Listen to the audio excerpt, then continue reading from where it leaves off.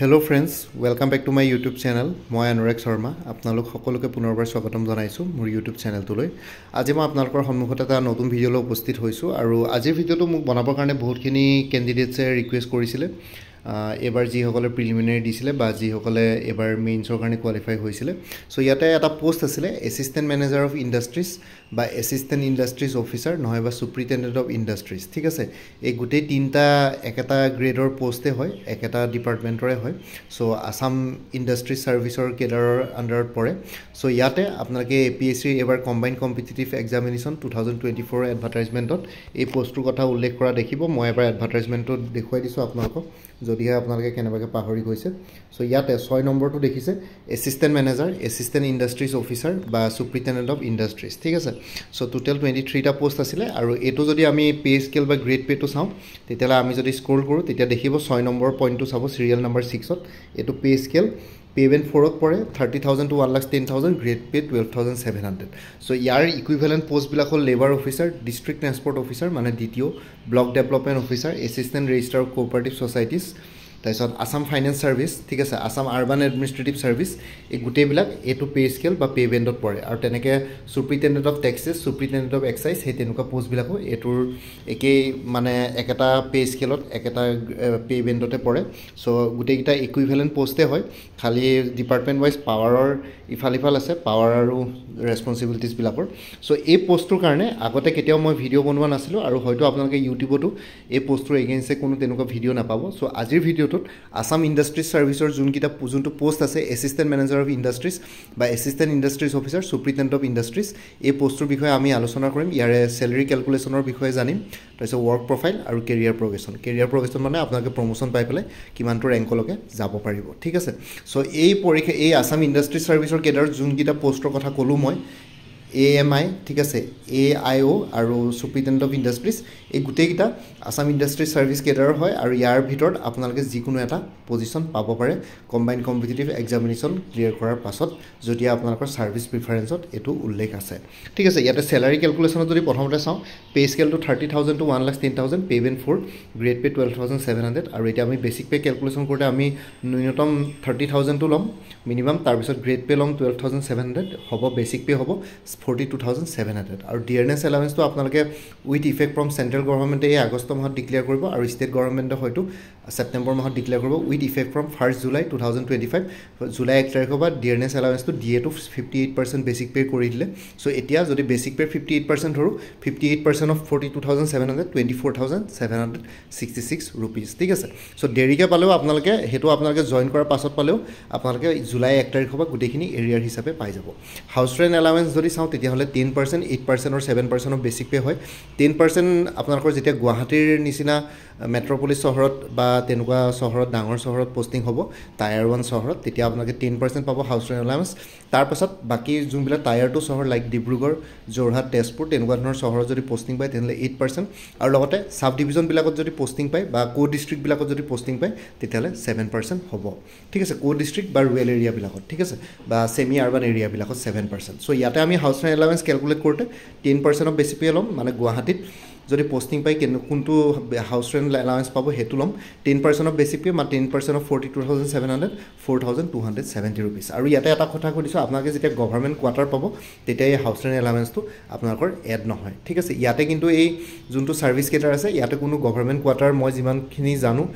Allot কৰা নহয়, তেওঁলোকৰ কোনো গভৰ্ণমেণ্ট তেনেকুৱা একমডেশ্যন নিদিয়ে। চ' সেইটো কাৰণে আপোনালোকে হাউচ ৰেণ্ট এলাৱেঞ্চটো পাব। চ' ইয়াতে মেডিকেল এলাৱেঞ্চ 600 পাব। চ' গ্ৰছ চেলাৰী হ'ব basic pay 42,700 plus DA 24,766 plus house rent allowance 10% of basic pay ধৰিছোঁ 4,270 প্লাছ মেডিকেল এলাৱেঞ্চ 600। চ' টোটেল গ্ৰছ চেলাৰীটো হ'ব 72,366। এইটো গ্ৰছ চেলাৰী হয়। গ্ৰছ চেলাৰীৰ পৰা আপোনালোকৰ কিছুমান ডিডাকশ্যন হ'ব। চ' ডিডাকশ্যন কৰিলে মানে আপোনালোকৰ নেশ্যনেল পেঞ্চন ছিষ্টেম NPS বা ইউনিফাইড পেঞ্চন স্কিম UPS যিকোনো এটা আপোনালোকে অপ্ট কৰিব পাৰে। যোনটো আপোনালোকে চিলেক্ট কৰিব সেইটোৰ বেচিছত 10% অফ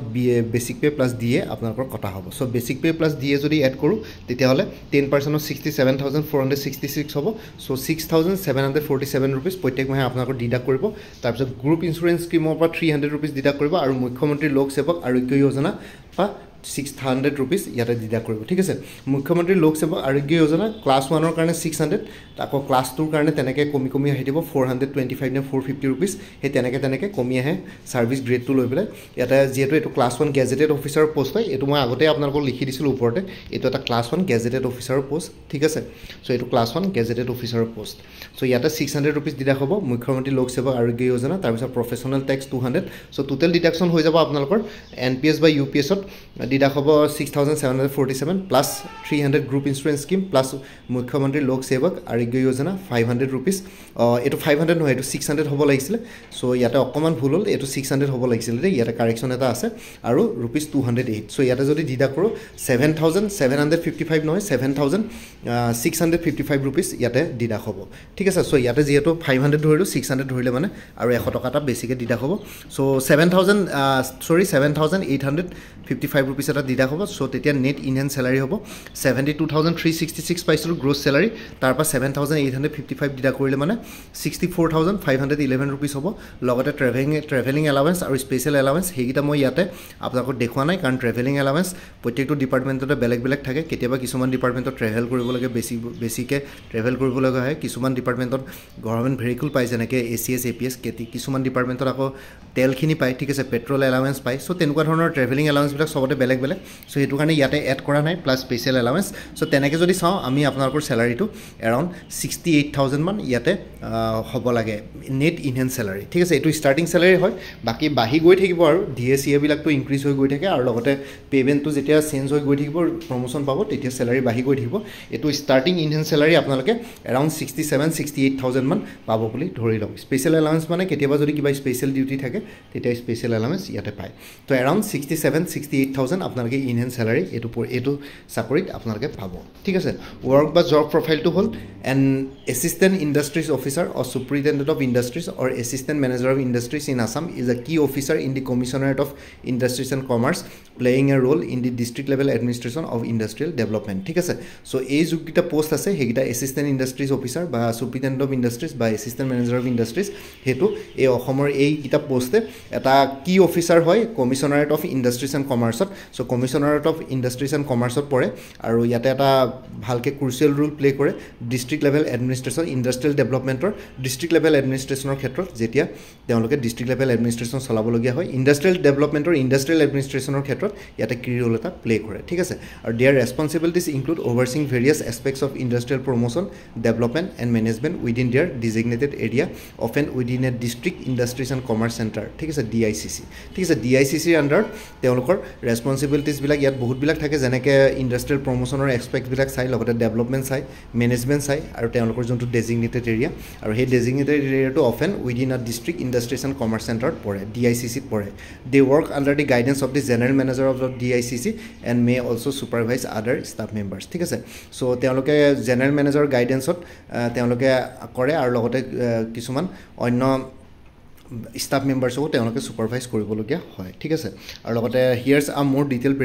ব্ৰেকগ্ৰাউণ্ড বিলাক হল ডিটেইল যদি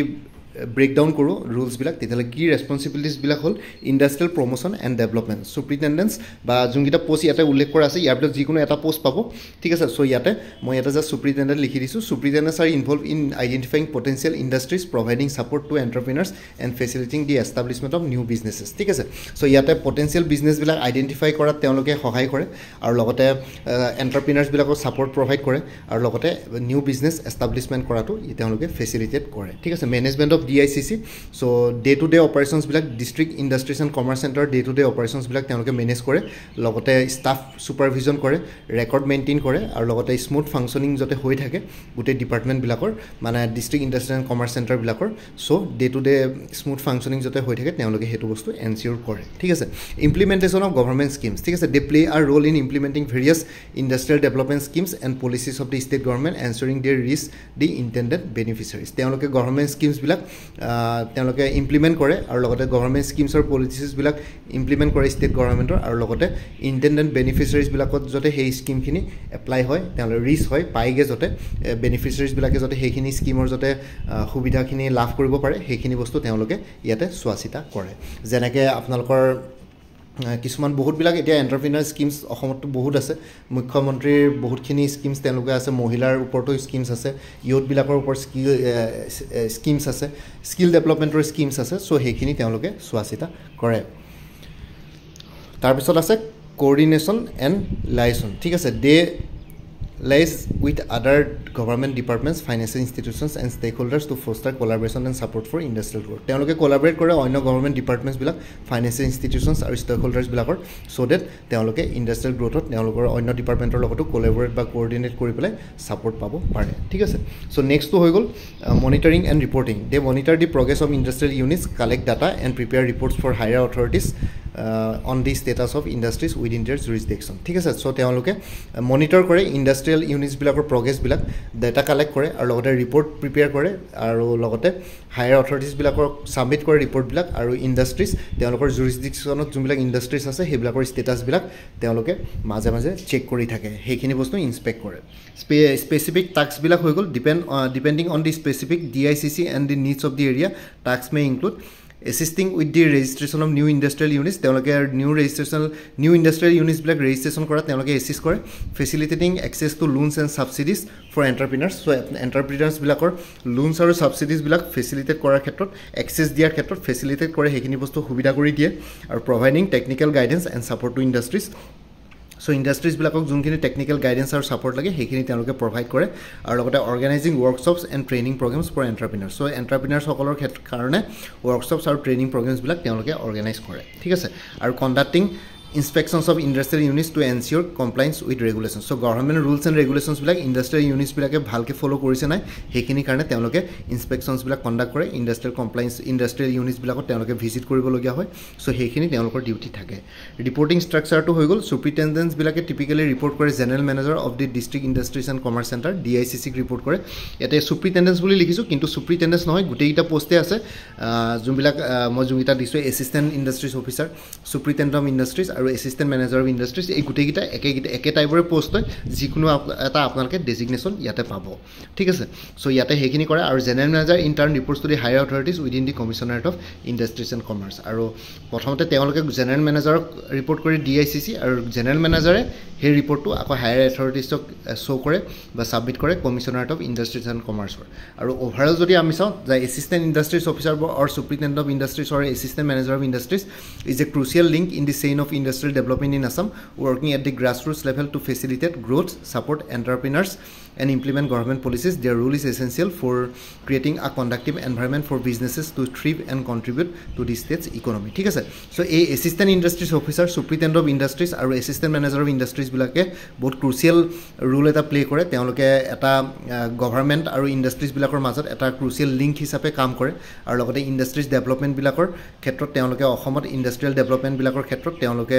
হেখিনি হেল্প কৰে এসিষ্ট কৰে আৰু লগতে গ্ৰাসৰুট লেভেলৰ পৰা তেওঁলোকে কাম কৰি যায় সো দ্যাট ইণ্ডাষ্ট্ৰিয়েল ডেভেলপমেন্টটো আমাৰ ষ্টেটত অসমত ৰাজ্যত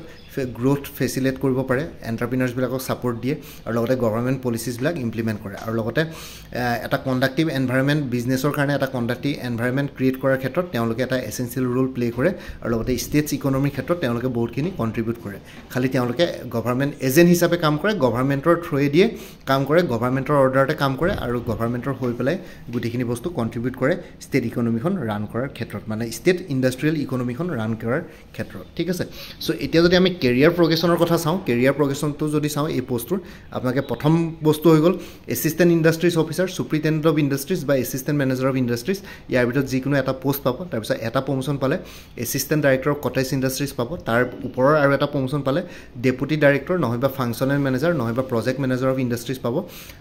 যিকোনো এটা পাব ইয়াৰ ভিতৰত ডেপুটি ডাইৰেক্টৰ অফ ইণ্ডাষ্ট্ৰিজ নহয়বা ফাংচনেল মেনেজাৰ অফ ইণ্ডাষ্ট্ৰিজ নহয়বা প্ৰজেক্ট মেনেজাৰ অফ ইণ্ডাষ্ট্ৰিজ সেই যিকোনো এটা পোষ্ট পাব তাৰ ওপৰ পোষ্ট হৈ গ'ল জইণ্ট ডাইৰেক্টৰ অফ ইণ্ডাষ্ট্ৰিজ নহয়বা general manager of district industries centre মানে DICC বিলাকৰ জেনেৰেল মেনেজাৰ হ'ব পাৰিব নহয়বা এডিশ্যনেল ডাইৰেক্টৰ অফ ইণ্ডাষ্ট্ৰিজ হ'বগে ইয়াৰ ওপৰত আৰু লগতে ফাইনেল ৰেংকটো হৈ গ'ল director of industries and commerce নহয়বা commissioner of industries and commerce আৰু এই director of industries and commerce আৰু কমিশ্যনাৰ অফ ইণ্ডাষ্ট্ৰিজ এণ্ড কমাৰ্চটো সদায় IAS বা ACS অফিচাৰবিলাকৰ কাৰণে ৰিজাৰ্ভ থাকে আপোনালোকে ইয়াতে এছিষ্টেণ্ট ইণ্ডাষ্ট্ৰিজ অফিচাৰ বা সুপ্ৰিটেণ্ডেণ্ট অফ ইণ্ডাষ্ট্ৰিজ বা এছিষ্টেণ্ট মেনেজাৰ অফ ইণ্ডাষ্ট্ৰিজ হিচাপে জইন কৰি পেলাই আপোনালোকে কেতিয়াও director of industries and commerce বা commissioner of industries and commerce আপোনালোকে হ'বগে নোৱাৰে হাইয়েষ্ট ৰেংক আপোনালোকে এডিশ্যনেল ডাইৰেক্টৰ অফ ইণ্ডাষ্ট্ৰিজলৈকে পাব মানে এটলিষ্ট আপোনালোকে লাইফ টাইমত 4টা প্ৰমোশ্যন পোৱাৰ ইয়াত সম্ভাৱনা থাকিব বাকী যোনটো ফাইনেল ৰেংক আছে যোনটো হাইয়েষ্ট ৰেংক আছে director of industries and commerce বা কমিশ্যনাৰেট অফ ইণ্ডাষ্ট্ৰিজ এণ্ড কমাৰ্চ সেইটো ACS বা IAS অফিচাৰবিলাকৰ কাৰণে ৰিজাৰ্ভ থাকে সেইটো কাৰণে আসাম চিভিল ছাৰ্ভিচটো আপোনালোকে যেতিয়া দেখিব হায়াৰকিত তেতিয়াহ'লে সদায় আসাম চিভিল ছাৰ্ভিচটোৱে সদায় সকলোৱে ফাৰ্ষ্ট প্ৰিফাৰেঞ্চ দিয়ে সেইটো ফাৰ্ষ্ট প্ৰিফাৰেঞ্চ দিয়াৰ মেইন কাৰণ এইটোৱে আপোনালোকে যিকোনো ডিপাৰ্টমেণ্টত গ'লে মানে প্ৰত্যেকটো ডিপাৰ্টমেণ্টৰ আপোনালোকে বছ বনি যাব এতিয়া ট্ৰেন্সপৰ্ট ডিপাৰ্টমেণ্ট DTOবিলাক ট্ৰেন্সপৰ্ট ডিপাৰ্টমেণ্টৰ থাকে কিন্তু DTOয়ে কেতিয়াও গৈ পেলাই কমিশ্যনাৰেট অফ ট্ৰেন্সপৰ্ট বা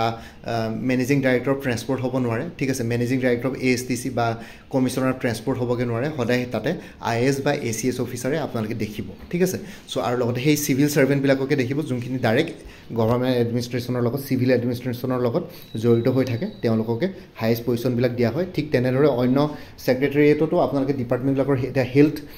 ছেক্ৰেটেৰীয়ে হওক বা principal secretary of health additional secretary of health সেইবিলাক সদায় ACS বা IAS অফিচাৰ হৈ কেতিয়াও ডক্টৰক নিদিয়ে ঠিক আছে ডক্টৰবিলাক থাকে হেল্থ ডিপাৰ্টমেণ্টত ডক্টৰবিলাক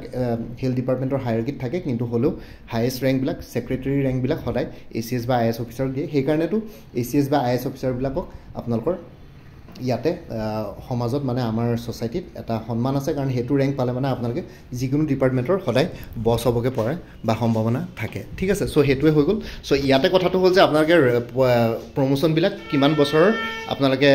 ইণ্টাৰভেলত পাব চ' প্ৰথম প্ৰমোশ্যনটো যোনটো এছিষ্টেণ্ট ডাইৰেক্টৰ কটেজ ইণ্ডাষ্ট্ৰিজ সেইটোৰ কাৰণে প্ৰমোশ্যন পাবৰ কাৰণে আপোনালোকে মিনিমাম 5 years চাকৰি কৰিব লাগে 5 years চাকৰি কৰাৰ পিছত আপোনালোকৰ পাৰফৰ্মেঞ্চ ৰিভিউ হয় তাৰোপৰি আপোনালোকে ডিপাৰ্টমেণ্টেল এক্সামছবিলাক ক্লিয়াৰ কৰি যাব লাগিব তাৰপিছত এছিষ্টেণ্ট ডাইৰেক্টৰ কটেজ ইণ্ডাষ্ট্ৰিজ পাব এনে 5 বছৰত আপোনালোকে কোৱালিফাই হৈ যায় এক্সাম দিবৰ কাৰণে আৰু আজিকালি 5 বছৰতে প্ৰমোশ্যন হয় নোহোৱাও নহয় কিন্তু চবেই নাপায়গৈ এতিয়া ধৰক ওপৰলৈ হায়াৰকিত যিমানে ওপৰলৈ গৈ থাকিব তেনেকৈ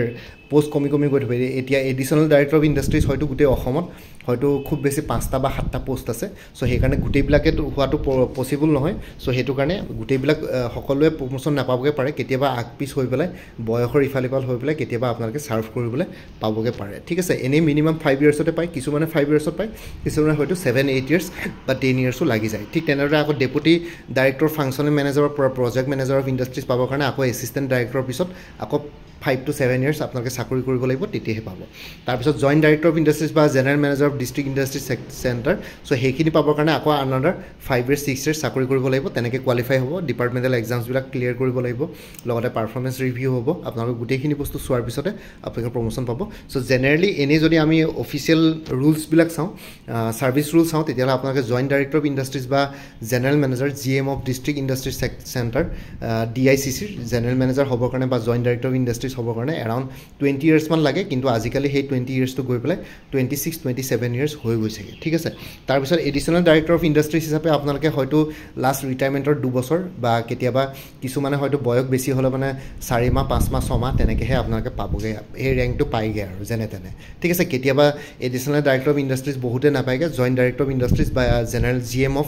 ডিষ্ট্ৰিক্ট ইণ্ডাষ্ট্ৰিজ চেণ্টাৰতে ৰিটায়াৰ হৈ যায় বাকী director of industries and commerce বা commissioner of industries and commerce সেইটো IAS বা ACS অফিচাৰবিলাককে দিয়ে আপোনালোকে ইয়াত জইন কৰি নাপাব যদি ACS অফিচাৰ হয় তেতিয়া ইয়াৰে হ'ব পাৰিব ঠিক আছে ঠিক তেনেকুৱা ধৰণৰ কথা চ' সেইটো কাৰণে সকলোৱে আচলতে সদায় আপোনালোকক যেতিয়া কোচিংবিলাক কৰোৱা হয় তেতিয়া সদায় UPSC চিভিল ছাৰ্ভিচেছ এক্সামিনেশ্যনৰ কোচিং কৰিলে সদায় IAS হয় কোনোবাই IPS পালে মানে আকৌ পৰীক্ষা দি মাল্টিপল টাইমছ পৰীক্ষা দি IAS পাবলৈ চেষ্টা কৰে ইয়াতো ঠিক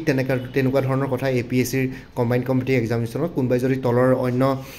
এলাইড ছাৰ্ভিচ কেডাৰবিলাক পায় এইবিলাকতো এলাইড ছাৰ্ভিচ কেডাৰ হয় এইবিলাক পালেও আকৌ ACS অফিচাৰ হ'বৰ কাৰণে তেওঁলোকে আকৌ পৰীক্ষা দিয়ে ঠিক আছে চ' ACS হ'লে মানে আপোনালোকে যিকোনো ডিপাৰ্টমেণ্টত গৈ পেলাই আপোনালোকে যিকোনো ডিপাৰ্টমেণ্ট ইয়াতে ভাৰ্চেটাইলিটি থাকে ৰোলটোত যিকোনো ডিপাৰ্টমেণ্টত আপোনালোকে বছ হ'বকৈ পাৰে এতিয়া চাব গ'লে যিকোনো আপোনালোকে এতিয়া ষ্টেট GST চুপ্ৰিটেণ্ডেণ্ট অফ GST হিচাপে জইন কৰিব কিন্তু চুপ্ৰিটেণ্ডেণ্ট অফ GST হয়তো কেতিয়াবা কাচিত এজন বা দুজনে কমিশ্যনাৰেট অফ GST হ'ব পাৰে so' commissioner of GST generally ACS বা IAS অফিচাৰকে পাতি দিয়েগৈ লাষ্টত ঠিক আছে সেই তেনেকুৱা ধৰণৰ কথা চ' এইটোৱে আছিলে আপোনালোকে আজিৰ ভিডিঅ'টোত গম পালে যে এছিষ্টেণ্ট ইণ্ডাষ্ট্ৰিজ অফিচাৰ বা চুপ্ৰিটেণ্ডেণ্ট অফ ইণ্ডাষ্ট্ৰিজ বা এছিষ্টেণ্ট মেনেজাৰ অফ ইণ্ডাষ্ট্ৰিজবিলাকৰ চেলাৰী কেলকুলেশ্যন কেনেকুৱা হয় চেলাৰী কিমান পাব net in hand salary starting salary লগতে আপোনালোকৰ ৱৰ্ক প্ৰফাইল বা জব প্ৰফাইলটো কেনেকুৱা হ'ব আৰু কেৰিয়াৰ প্ৰগ্ৰেশ্যন কেনেকুৱা হ'ব সেইখিনিৰ ওপৰত আজি ভিডিঅ'টো বনালোঁ আই হোপ ভিডিঅ'টো আপোনালোকৰ হেল্পফুল হ'ল বাকি কমেণ্ট ছেকশ্যনত জনাব কাৰোবাৰ কিবা যদি ডাউট থাকে কুৱেশ্যন থাকে আৰু ভিডিঅ'টো কেনেকুৱা লাগিলে কমেণ্ট ছেকশ্যনত মোক জনাব তেতিয়াহে মই আগলৈ এনেকুৱা ধৰণৰ ভিডিঅ'ছ আপোনালোকক আনিব পাৰিম আপোনালোকৰ পৰা ফিডবেকটো বহুত বেছি ইম্পৰ্টেণ্ট হয় ঠিক আছে আৰু লগতে বাকি নেক্সট APSC কম্বাইণ্ড কম্পিটিটিভ এক্সামিনেশ্যনত এইটো পোষ্ট থাকে অহাবাৰো চাগে হয়তো এইটো পোষ্ট ওলাব চ' নেক্সট ইয়েৰৰ কাৰণেও আপোনালোকে এইখিনি বস্তু ফ'ল' কৰিব পাৰিব ইয়াতে চেলাৰী কেলকুলেশ্যনটো অলপ বাঢ়ি যাব ডিয়াৰনেছ এলাৱেঞ্চটো হয়তো বেলেগ বেলেগ হৈ থাকিব এতিয়া 58% চলি আছে ডিএটো কাৰণ মাৰ্কেট ইনফ্লেশ্যনৰ ওপৰত ডিপেণ্ড কৰে চ' ডিএটো হয়তো বাঢ়িব পাৰে অহা আকৌ 3 মাহৰ পিছত আকৌ ডিএটো ৰিভাইজ হ'লে মানে আকৌ 58%টো হয়তো 60% কৰি দিব চ' তেনেকুৱা হৈ থাকে বাকীখিনি অলমষ্ট মৰলেছ একেই থাকে ঠিক আছে চ' এতিয়া বাকী আপোনালোকে যদি আপকামিং এক্সামছবিলাকৰ কাৰণে প্ৰিপেৰেশ্যন কৰি আছে যেনেকৈ গুৱাহাটী হাইকোৰ্টৰ জুনিয়ৰ এডমিনিষ্ট্ৰেটিভ এছিষ্টেণ্টৰ পোষ্ট ওলাইছে অনলাইন এপ্লিকেশ্যন ইতিমধ্যে হৈ আছে অনলাইন এপ্লিকেশ্যন ফি পে'মেণ্টৰ লাষ্ট ডেট আছে 5th আগষ্ট চ' ইয়াৰ কাৰণে ফুল কোৰ্চ এভেইলেবল আছে 375ত কোনোবা যদি ইণ্টাৰেষ্টেড আছে এইটো নম্বৰ হোৱাটছএপ কৰিব পাৰে 9706557851ত APSC ফৰেষ্ট ৰেঞ্জাৰ বা ছইল কনজাৰ্ভেশ্যন ৰেঞ্জাৰ ফুল কোৰ্চ এভেইলেবল আছে ইংলিছ আৰু জেনেৰেল নলেজৰ ওপৰত 349ত এইটো নম্বৰ হোৱাটছএপ কৰিব পাৰে 9706557851ত আৰু কাৰেণ্ট এফেয়াৰ্ছৰ কোৰ্চো আছে মান্থলি বেচিছত আছে 2024 ফুল ইয়াৰ 2025 জুলাইলৈকে কভাৰ কৰা হৈছে আগষ্ট মাহটো কমপ্লিট হোৱাৰ পিছত আগষ্ট মাহৰ কাৰেণ্ট এফেয়াৰ্ছো পাই যাব ছেপ্টেম্বৰ ফাৰ্ষ্ট উইকত চ' আপোনালোকে 99 ৰুপিছত কাৰেণ্ট এফেয়াৰ্ছৰ কোৰ্চটো ল'ব পাৰে লাইফ টাইমৰ কাৰণে প্ৰত্যেক মাহে কাৰেণ্ট এফেয়াৰ্ছ পাই থাকিব তাৰ কাৰণে কোনো ফাৰ্ডাৰ পে'মেণ্ট বা অন্য ফি পে'মেণ্ট কৰিব নালাগে ঠিক আছে কোনোবা যদি ইণ্টাৰেষ্টেড আছে এইটো নম্বৰ হোৱাটছএপ কৰিব পাৰে 9706557851ত APSC junior development officer full course available আছে 299ত এইটো নম্বৰ হোৱাটছএপ কৰিব পাৰে 9706557851ত ADRE 3.0 ফুল কোৰ্চ এভেইলেবল আছে 300ত এইটো নম্বৰ হোৱাটছএপ কৰিব পাৰে 9706557851ত APSC ইনস্পেক্টৰ অফ ষ্টেটিষ্টিক্সৰ ফুল কোৰ্চ এভেইলেবল আছে পেপাৰ অন ইংলিছ আৰু paper two current affairs mathematics reasoning 150ত এইটো নম্বৰ হোৱাটছএপ কৰিব পাৰে 9706557851ত APSC inspector of legal metrology full course available আছে জেনেৰেল ষ্টাডিজ 249 ৰুপিছত এইটো নম্বৰ হোৱাটছএপ কৰিব পাৰে 9706557851ত আছাম এগ্ৰিকালচাৰ ইউনিভাৰ্চিটিৰ ৰিক্ৰুইটমেণ্টৰ ফুল কোৰ্চ এভেইলেবল আছে 299ত এইটো নম্বৰ হোৱাটছএপ কৰিব পাৰে 9706557851ত APSC জুনিয়ৰ ইঞ্জিনিয়াৰ ফুল কোৰ্চ এভেইলেবল আছে জেনেৰেল ষ্টাডিজ আৰু ইংলিছ গ্ৰামাৰৰ ওপৰত 249ত এইটো নম্বৰ হোৱাটছএপ কৰিব পাৰে 9706557851ত APSC agriculture development officer full course available আছে জেনেৰেল ষ্টাডিজৰ ওপৰত 249ত এইটো নম্বৰ হোৱাটছএপ কৰিব পাৰে 9706557851ত আৰু আপডেটেড কাৰেণ্ট এফেয়াৰ্ছবিলাক মোৰ পৰা কোৰ্চ ল'লে লাইফ টাইমৰ কাৰণে পাই থাকিব তাৰ কাৰণে কোনো ফাৰ্ডাৰ পে'মেণ্ট কৰিব নালাগে প্ৰত্যেক মাহৰ বিগিনিং বা ষ্টাৰ্টিঙত এটা ৰিমাইণ্ডাৰ মেছেজ দিলে হ'ল যে প্ৰিভিয়াছ মান্থ বা লাষ্ট মান্থৰ কাৰেণ্ট এফেয়াৰ্ছ লাগে বুলি চ' কোনোবা যদি ইণ্টাৰেষ্টেড কেণ্ডিডেটছ আছে এইটো নম্বৰ হোৱাটছএপ কৰিব পাৰে 9706557851ত আপোনালোকক কোনটো কোৰ্চ লাগে কোৰ্চৰ কণ্টেণ্টছখিনি শ্বেয়াৰ কৰিম লগতে পে'মেণ্টৰ লিংক দিম পে'মেণ্ট কৰাৰ লগে লগে গোটেই কোৰ্চটো নিজৰ হোৱাটছএপত PDF ফৰ্মেটত পাই যাব আৰু ইয়াতে যোনটো হোৱাটছএপ নম্বৰ দিয়া আছে সেইটো অনুগ্ৰহ কৰি কল নকৰিব এইটো জাষ্ট হোৱাটছএপ মেছেজৰ কাৰণে এভেইলেবল কলৰ কাৰণে এভেইলেবল নহয় বাকী ভিডিঅ' ডেছক্ৰিপশ্যন আৰু কমেণ্ট ছেকশ্যন চেক কৰক তাতে কোৰ্চখিনি কথা আৰু পৰা উল্লেখ কৰি দিছোঁ আৰু লগতে আগতে যদি মোৰ কোনোবাই কিবা কোৰ্চ লৈ থৈছিলে এবাৰ জনাই দিব তেতিয়া আগৰ মেটেৰিয়েলছখিনি বাদ দি যোনখিনি নতুন মেটেৰিয়েলছ লাগিব সেইখিনি ল'লে হ'ল তেতিয়া প্ৰাইচটো অলপ কমি যাব চ' ভিডিঅ' ডেছক্ৰিপশ্যন আৰু কমেণ্ট ছেকশ্যন চেক কৰক আৰু লগতে মোৰ আৰু এটা চেনেল আছে অসম IQ বুলি সেই চেনেলটোৰ লিংকটো এই ভিডিঅ'টোৰ ডেছক্ৰিপশ্যনত শ্বেয়াৰ কৰিছোঁ আপোনালোকে সেইটো চেনেলো ছাবস্ক্ৰাইব কৰিব পাৰিব চ' ভৱিষ্যতলৈ এনেকুৱা ধৰণৰ কম্পিটিটিভ এক্সামছবিলাক দিয়াৰ ক্ষেত্ৰত আৰু অলপ এক্সট্ৰা গাইডেঞ্চ পাই যায় বাকী মোৰ ভিডিঅ'ছবোৰ চাই যদি ভাল পায় মোৰ চেনেলটো ছাবস্ক্ৰাইব কৰি ল'ব আৰু লগতে আপোনালোকৰ যিমানখিনি ফেমিলি ফ্ৰেণ্ডছ ৰিলেটিভছ আৰু চিনাকি এক্সপিৰিয়েঞ্চ আছে তেওঁলোকৰ লগত মোৰ চেনেলটো শ্বেয়াৰ কৰিব লগতে কমেণ্ট ছেকশ্যনত জনাব কিবা যদি কুৱেশ্যন থাকে ডাউট থাকে মই নিশ্চয় আপোনালোকৰ কুৱেশ্যনছ আৰু ডাউটছবিলাকৰ ৰিপ্লাই দিবলৈ চেষ্টা কৰিম বাকী আজিৰ ভিডিঅ'টো ইমানতে সমাপ্ত কৰি আপোনালোক সকলোৰ পৰা বিদায় ল'লোঁ কাইলৈ পুনৰ এটা নতুন ভিডিঅ' লৈ আপোনালোকৰ সন্মুখত উপস্থিত হ'ম তেতিয়ালৈকে ভালকৈ প্ৰিপেৰেশ্যন কৰি থাকক সকলোলৈ অল দি বেষ্ট থাকিলে bye take care friends Bharat মাতা কি জয় আই অসম